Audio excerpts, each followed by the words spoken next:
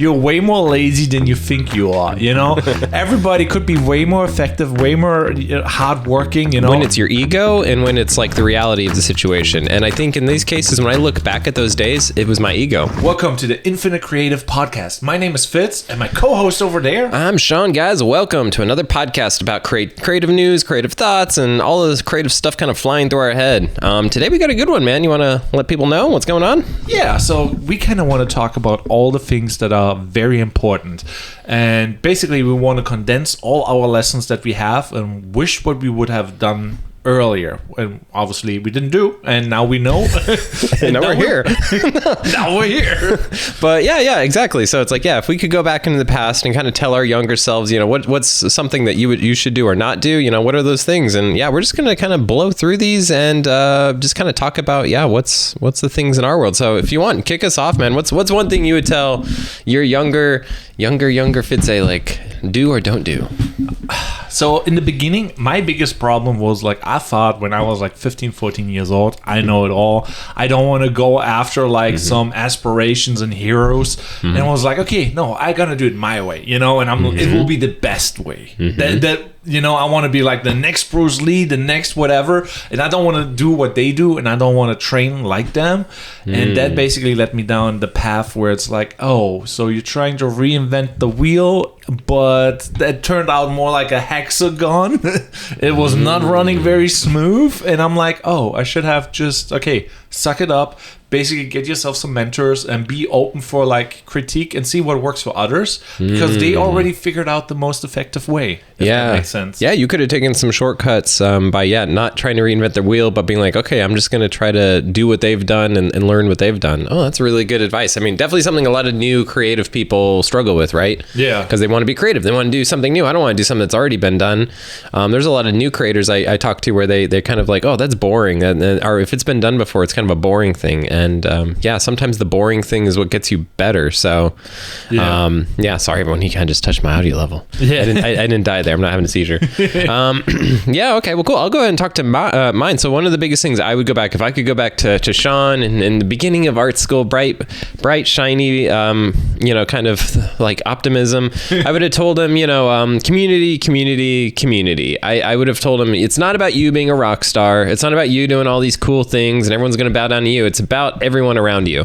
Those guys are not your competition. You actually need to go around the room and you need to try to make all of these people your allies, and you need to go out to meetings and meetups. And I mean, it's crazy to think, but like when I was in art school, like I would go to events, but I would never really go outside my shell. I'd never go to networking things. I would never go out and try to meet people. I would a lot of the time just be like, well, no, it's about working and it's about me. It's about me being better and me being the rock star designer or the rock star artist. And I think that led me down such a longer route that if I would have just like gotten the community around me early, who knows what would have happened. I think it would have added rocket fuel to me a lot sooner. And where now I have all this community, but we're 12 years after that. Like I could have been 12 years ahead of the ball, I feel like. Yeah. That brings me actually to the point where I'm like, kind of want to talk about, because that is my second point. It's like, you have to do as much work as possible. You know, like let's say you're that artist who wants to go to the networking event and you just started out. You know, you go into that big room and you don't have anything to sell. You don't bring anything to the table. They will judge you. They will like, are you helpful? Are you not helpful? How do you fit into my ecosystem? And I feel like if you do in the beginning, so that's my recommendation, do as much work as you can, because that will prepare you for like, oh, now we're doing the networking. Now I actually have art pieces. Now I have actually like the things, you know, because like the biggest thing that I saw like in the beginning, like the first few years in the beginning of me doing video, I thought I'm the shiznit, you know, but I truly... still am not, but I definitely was then back then, you know. So it's like, yeah, that networking is good for making friends then, but it's not like really effective, if that makes sense. Well, it's interesting. Yeah. So yeah, you definitely have to do the work. I keep kind of running into young creatives with the same problem where they're like, you know, why am I not just doing well? And you know, and it's a hard conversation to have where I'm like, well, your work's not quite there yet. You need to have that workout montage that's in the movie, right? You need to be, you know, I always remember the beginning of Space Jam when there's a young Michael Jordan and he's throwing basketball at the hoop late at night, and his dad comes out and he's like, someday I'm gonna be a big NBA A player, but you have to do that. You have to do that grinding out, where I think a lot of people, they just want to like walk in and be like, I'm the best. And it's like, no, you got to grind, man.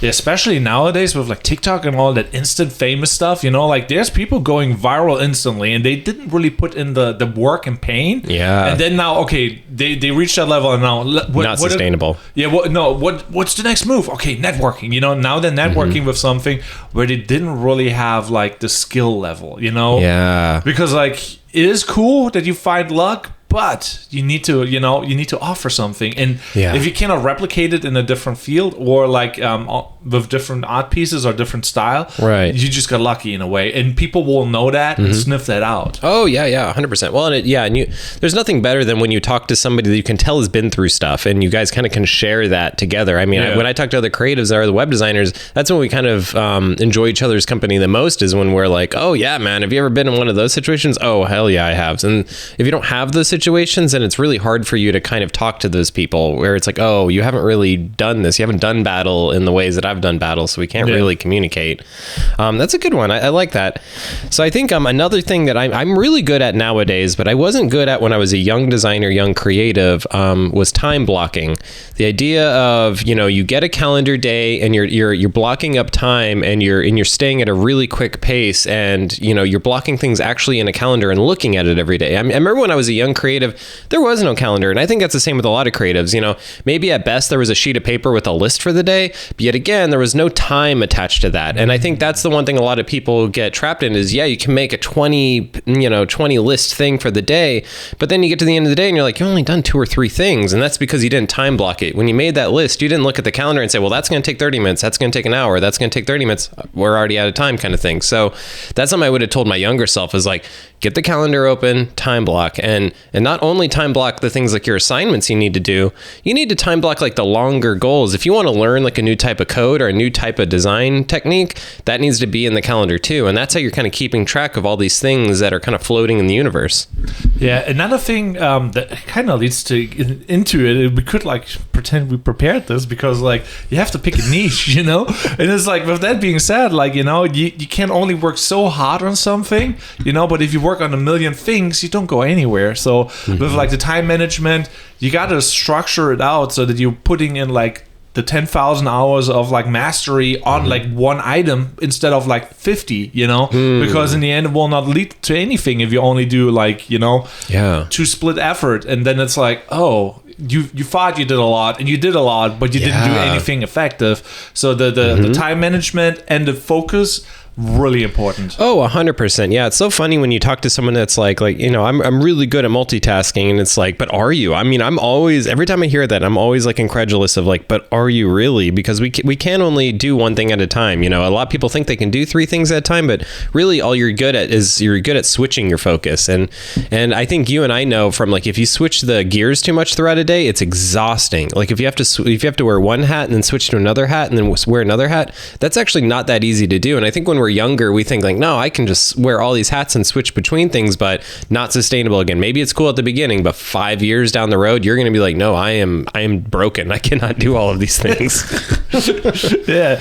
That leads into my next thing, where I'm like, damn, it takes way more than you think it does. Like let's say, oh, I made 10 videos for whatever, no, you need to make 100, maybe 1,000 videos to even be on that level, and there's like the expectations, they need to be different, because like you need to try as much as possible, and it takes way more than you think it does, because like it's the same with the art. How many art pieces do you have to make till it's like, oh, now I'm actually getting noticed? Or how many websites do you have to build till I'm like, oh, now I can call myself a web designer? It's not 10 or so, Yeah, it's a lot. And and to be honest, to have a truly original idea, no one's gonna follow you at the beginning, because if it's truly original, then no one's gonna know how to interact with it. A lot of these great ideas, they have to kind of happen silently. My paintings now that are in galleries, that was a silent thing that I just was like, one day I was like, wow, that's actually kind of a cool idea. What if I started making it digitally, but then to plan it, but then I'm like, oh, but then I'll just paint it instead of doing the digital. And yeah, that's a crazy idea, but maybe that'll work. I had to have that idea. I had to go out, buy the canvas. I had to go out, buy the pencil, pencil and rulers and all that, and get all the paints and all of that stuff without anyone saying that this is a good idea, without anyone even knowing what this looks like, including me. And it could go terribly wrong, but I had to set that canvas up and do it silently. And I think you're right. Like, there's a lot of grind that needs to happen before people are all rewarding you. You need to be okay with that awkward first stage of like, you're just doing it and nobody knows why you're doing it. You barely even know why you're doing it. You have to do those first steps.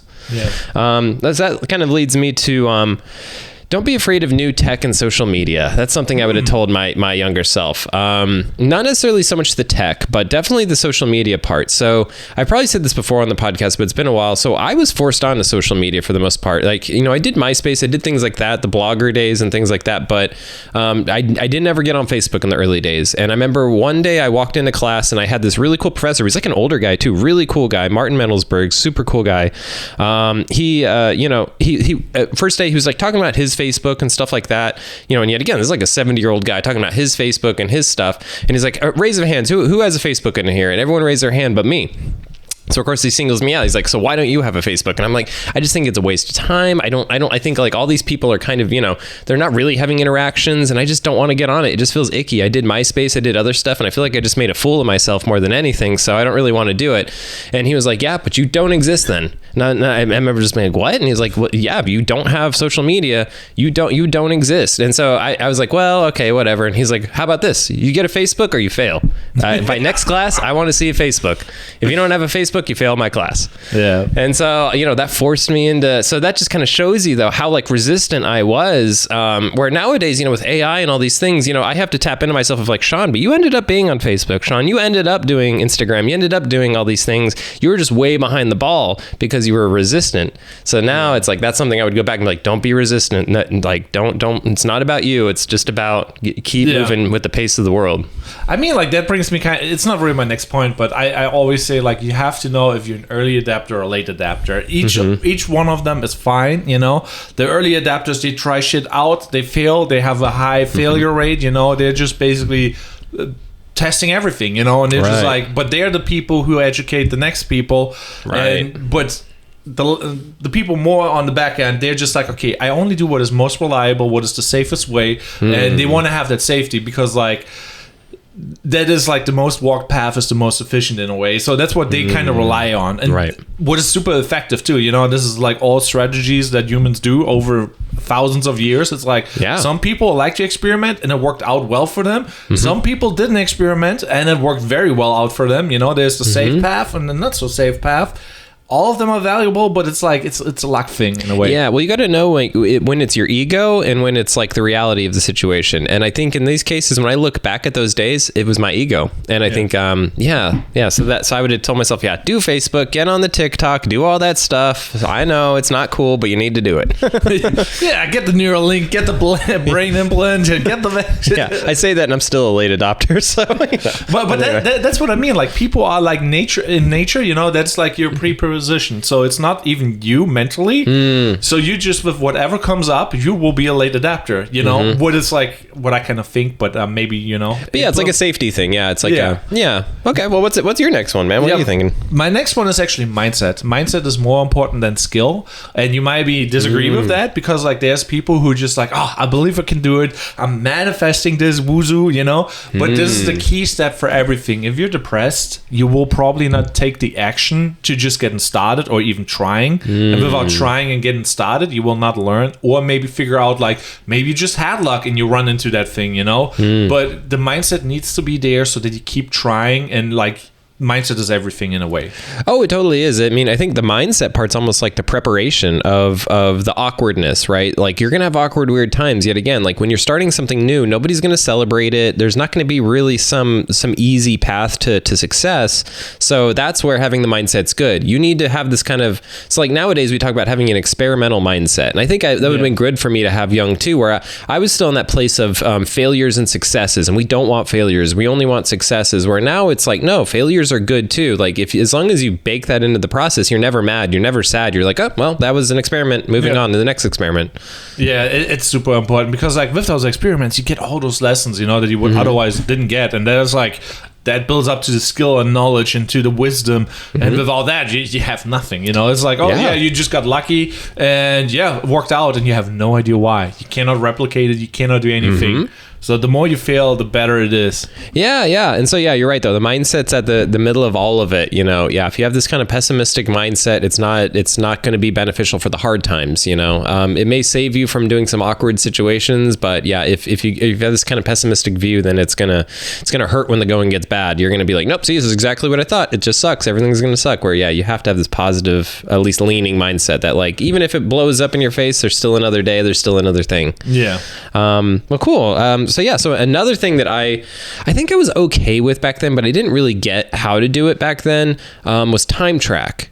Track what you do. Figure out how fast it is for you to actually do something, because I think a lot of people think it takes them X amount of time to do something, but then when you actually have the timer next to them, it's a whole other number, and a lot of the times it takes a lot longer than people even realize. I think when I was younger, and you were to ask me like, Sean, how long does it take for you to make a logo? I probably would have been like, it takes me maybe about 4 or 5 hours, but it probably in the early days to make a really good logo, it probably took me 12 hours, 15 hours. And I just didn't even know. So I was probably going around saying 5 hours, whatever. And, I remember lots of projects when I was with a lot of young creatives, we would always be so confident at the beginning of the project. Like, we got this, dude. You got that. You got that. You got that. I got this. We got this, dude. There's no way we fail. Then fast forward to 5 days before it, and we're like, oh my God, why did you not have that done? Why don't I have this done? How does that even work? And, it's because we weren't time tracking. We didn't know who was spending what time. We didn't know how long I was spending time. So that's one thing I would tell young people. Start to time track now. You're going to need to do it in the professional world. You might as well get the free app right now. Get Toggle, get one of those apps, and just start time tracking. Figure out, test yourself. How long does it take me to do X, Y, and Z, to do what I do? And do a hypothetical project, but time it. Like, how long does it actually take you to do it? I think we kind of like plan it out really well, because my next point is basically you're way more lazy than you think you are.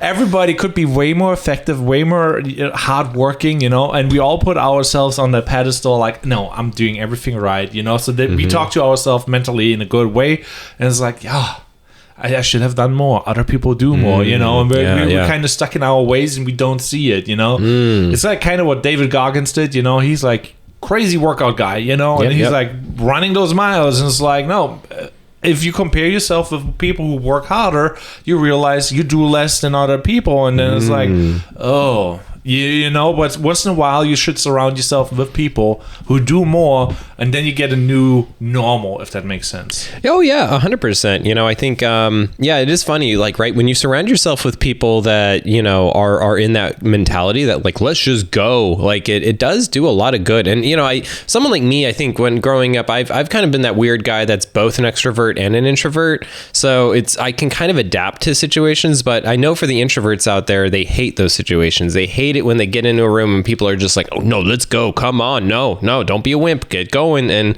I know that can be like, it's like you can be adverse to it, but it's good to know when you're in a room. I always kind of tell people this, where they do get down, like it's funny, like they'll be like, God, I went to this meetup and dude, I'm like the dumbest guy in the room. It kind of, I don't know if I should even go. And I'm like, no, that's amazing. I mean, you should want to be the dumbest guy in the room, like, so don't be afraid if you're surrounded by cool people that do a lot of crazy stuff and are pushing the level, don't be resistant, try to just be like, all right, let's take that energy in. I think I've fed off of your energy. You've probably fed off of my energy, where like, if you can start to adapt around to what other people are doing, that's how you really improve. You start to fill in your gaps of what you're bad at. Yeah. So yeah. Yeah, another one that's it's not as sexy. It's a very unsexy one, but don't be afraid to make templates. Don't be afraid to like templatize what can be templatized. Now, when I say that, I'm not saying like be one of those generic, there's a lot of YouTube videos out there of like how I made $10,000 using Canva clip art. I'm not saying that. Like, definitely not saying that. But what? Why wouldn't you do that? That is a good thing to do. The whole video switches over. This is how I made $1 million selling clip art. So, but templatize the thing. So if you're a print designer, you should have templates for business cards, brochures. And when I say templates, I mean grid systems, typography, starting places, placeholders, things like that. Build this kind of stuff now, and it's never too early to build it. I mean, I'm still using some templates I made 5, 6, 7 years ago.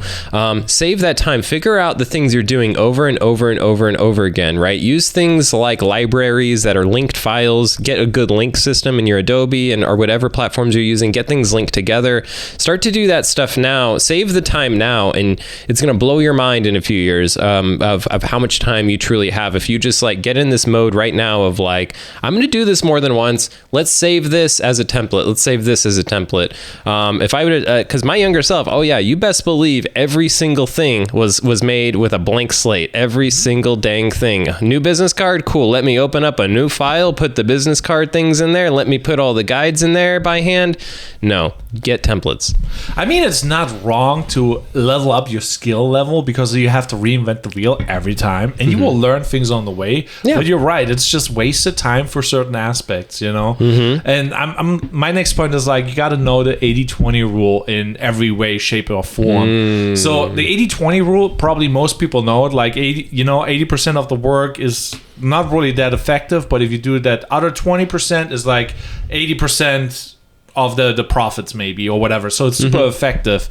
But I also see it like if you do the 20% just right, like to 80%, it's probably good enough. You will make good progress. Obviously, if you nail those 20% and make them to a 400%, the best you can do, you get way, way higher returns than if you like nail the 20% just by 80.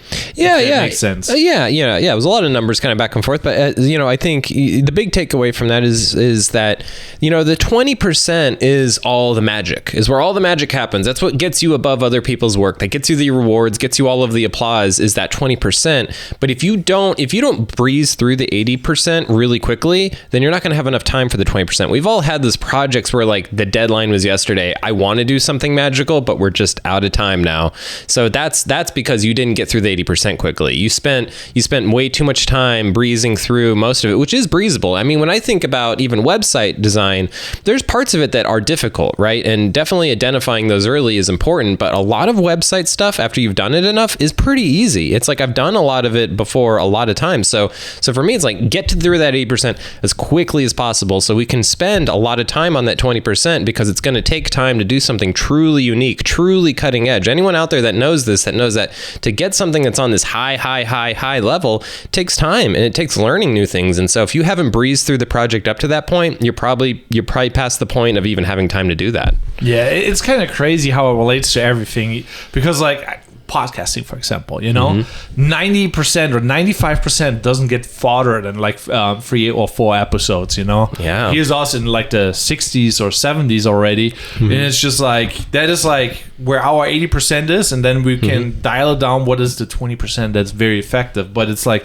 it's super crazy because like there's a lot of waste sometimes, but there's good things in it. You got to find it. Yeah. But yeah, knowing that's really cool. I mean, when I figured out the 80-20 rule, it was really relieving to me because I think when you're a young creator, you think it's the 100% rule. Like we are just grinding the whole thing where it's like, no, you need to, there's a part of this that's easy and there's a part of this that's hard. And the faster you can start to divide that up, figure out templates for the easy parts, get that part faster. That gives you more time to do the fun part.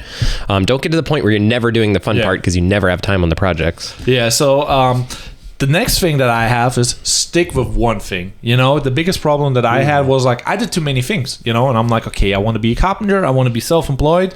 That was the overarching goal, being self-employed. So I did carpenter stuff. Then I did like helping with electrical stuff. I did like all sorts of things, But the one thing that I stick with was video. And I'm like, okay, you got to do video no matter how bored you are. You're not playing around with other things. You always do video. Everything needs to be video related. And as long as you stick in one niche, you become really, really good. So that's why I'm like recommending you got to stick with one thing and master it. Yeah. And to say that, I'm a huge proponent of having a niche. Don't feel like you have to say no to everything else. Yet again, it's just give most of your time to one thing. So if you're like, well, I don't really want to do just video. I want to do posters too, or I want to do this or that.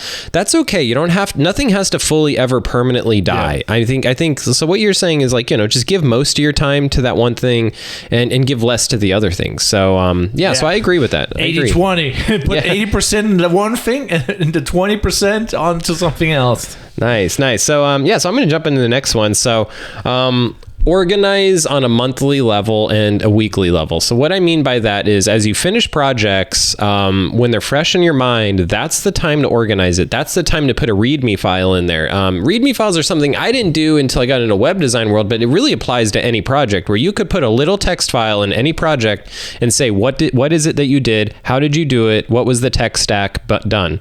And I know it's not sexy yet. Again, you just finished a project. You're just ready to get it over in the folder and move to something else. But if you can take that extra 5 to 10 minutes and organize your computer as well on a monthly level, get the shortcuts you're not using gone, get stuff onto a hard drive that doesn't need to be on the computer. If you can get really good at that kind of rhythm and that type of pattern, when you open up a project 5 years that you haven't touched in like 5 years, but you've put that text file in there saying all this info, stuff's gold. I can't tell you how many websites that are my first website that I pull up now this day and I'm just like, how the heck did I do this? What the heck did I even do? I'm like looking through Windows. I'm like, where did I put that code? How did I even, oh God, I could have just taken like 5 minutes to like say what it is I did and that would have helped. But now I'm like, I'm lost. So for young creatives, always leave notes on every project. Every project that finishes, I want you to open up a text document or a Word document and just quickly say what it is that you did. What was the projects? What were the programs? Was there any pain points? And was there anything that the client talked about doing in the future? And put those notes in there and then just leave it. It can go away, but then if you ever have to open it, you'll have like a little note being like, okay, cool. All right, this is what we did. Okay, now it's starting to come back to me. Yeah. My next thing, it's good that I put it on the end, because it's like, don't listen to other people, because there's like sometimes advice that we, give and hear, and it maybe doesn't resonate with a person. And if it doesn't resonate and you don't feel like it's worth taking, don't take it. I run into that one problem where I'm like, what is my why? And I was like on the search for my why, and I watched like Mark Simmons' video about find your inner why.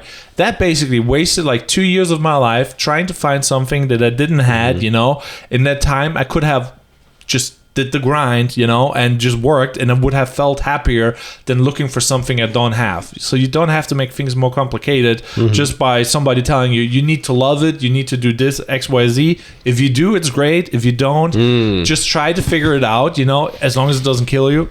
So that is like my advice. Just don't listen to everybody's advice. Listen to the advice if you need it and want it. And if it serves you, if it doesn't serve you, whatever. Yeah. To second that, don't ever go fully in on anyone's advice. There's so many YouTube videos out there like, this is the way, where it's like, it's the only way. Yeah, the only way. And it's not the only way. And with that being said, too, don't compare yourself to others. We're all on this journey differently, and just know that people on social media only post their best stuff. So if you go to someone's social media that and you're just like, oh my God, everything is so amazing, and look how many followers, that's fine, and create goals based on that. But it's okay. You don't have to be there. You don't have to be at that level. And frankly, they could have a great social media, great presence, and you could still be a better person, better creative than they are, doing better than they are. So that's what I would say too, with the not listening to people, is like, also don't compare yourself to everyone around you. It's very dangerous. My kind of final thing to talk about is, one thing that it took me years to really untangle this, and I think even therapy kind of helped, later after college. But the idea that, and this is kind of sucks for people out there that are kind of like me, that we're more introverted in creativity, but really it's 50% the work you do, and it's 50% the people and a lot of people, they hide behind their work. I know that it's a big thing for me when I was younger if there was an event that I had to go to alone or something, and I was really nervous about going to, I would do the time old thing of like, well, I got too much work, I just can't go. I got to get some work done. There's no way I can go to this 1 hour event because, there's just so much work to get done. Like I just can't. Yeah. And I would, and that's impossible. And I would just defend it in my mind. Like, yeah, okay, cool. Yeah. So don't go because you have too much work to do. And then, most of the time I didn't really get too much done in that hour. Like, sure, maybe it pushed it a little bit, but so it's like, recognize when you're hiding behind stuff. I think, and on the opposite end, for you social people out there that don't necessarily want to grind on the work, also notice that too. When you're like, well, it's better that I go to the bar and get some clients than get better at something. Well, recognize when you're using excuses, because it really is, I feel like it's 50-50. It's the work you do, it's the people you know. this was kind of interesting because I was like trying to do more work today, and I'm like, okay, he's telling me not to do that and just do the networking, and then I'm like, oh, wait a second, I'm not trying to do the work because I want the network. I'm like so conflicted right now. Yeah, you may be like Fitz, and you may be hiding from both sides. You're like, where do I hide? Yeah, what am I gonna do here? Oh yeah, I mean, like, I want to know from you guys, what are your key lessons that you learned? Comment them down below, and yeah, basically let's share some knowledge and see what we can get out of it, because this is like a community, and it's about like sharing knowledge, and like everybody has different lessons in life, and I think like they're all valuable. Some of them relate to people, some don't, but yeah, it's good knowing them. Well, yeah, and it's so funny when we look these things up, you know, when we came up with kind of our lists, it was really funny to kind of, as I made mine, to think like there's some of these that I could still do better at. That's kind of what's funny too, is the stuff you tell your younger self. You know, it's like, well, go 10 years in the future from now, and then what would you tell yourself now, kind of thing. I think that's an interesting thing to think in your head of like, I wonder what, like, you know, my 42, 43-year-old Sean self would tell myself now, and like, you know, it'd be interesting. Definitely, most definitely. It is a crazy thing, and sometimes, you know, we wish we would knew things earlier. But it's also like we got to learn it, you know, by failing, and without that, it doesn't really matter. We're all on paths, you know. I'll be honest with the audience out there, you know, if it's not already obvious that I do this crazy podcast, that my path has been windy. It's been all over the place. It's not like it's been some straight, narrow shot. And frankly, people that I've graduated with that have had that narrow path, that straight, narrow shot, I don't want their lives. You know, they may have a nicer house, they may have like 2 or 3 cars, but they've just been one office this whole time, just doing the one thing over and over and over again. That was never, you know, I guess one last thing I would say, one takeaway that I've had to ask myself is, why did you go to art school? Why did you start this journey? And that's what I would tell anyone that's like a young creative. If you start to feel, because this is going to happen, you're going to have people be like, you know what, why don't, I know you want to do this really cool thing, but how about you do this less cool thing and we'll pay you more, or be more secure. There's a lot of people on this path that are going to try to take you off this path, that are going to be like, yeah, but you know, you should get into HVAC because you can make like 80 grand a year. So why would you even do this career? You know, there's all those kinds of things that are going to come across the path, and you're going to have to, in those times, go back and be like, why did I start this path, and get connected to who that was. Yeah, no, I 100% agree. Yeah, with that being said, though, this is our episode, because Sean is like trying to escape me and going back to Colorado and doing some fun activities, Dungeons and Dragons and all that other shenanigans. Yep, leaving for 5 days, Dungeons and Dragons, gonna go to a concert, gonna go freeze my butt off in Colorado, and then come back here. Yeah, like this 5 guy days. is having fun. Either way, we're out and about.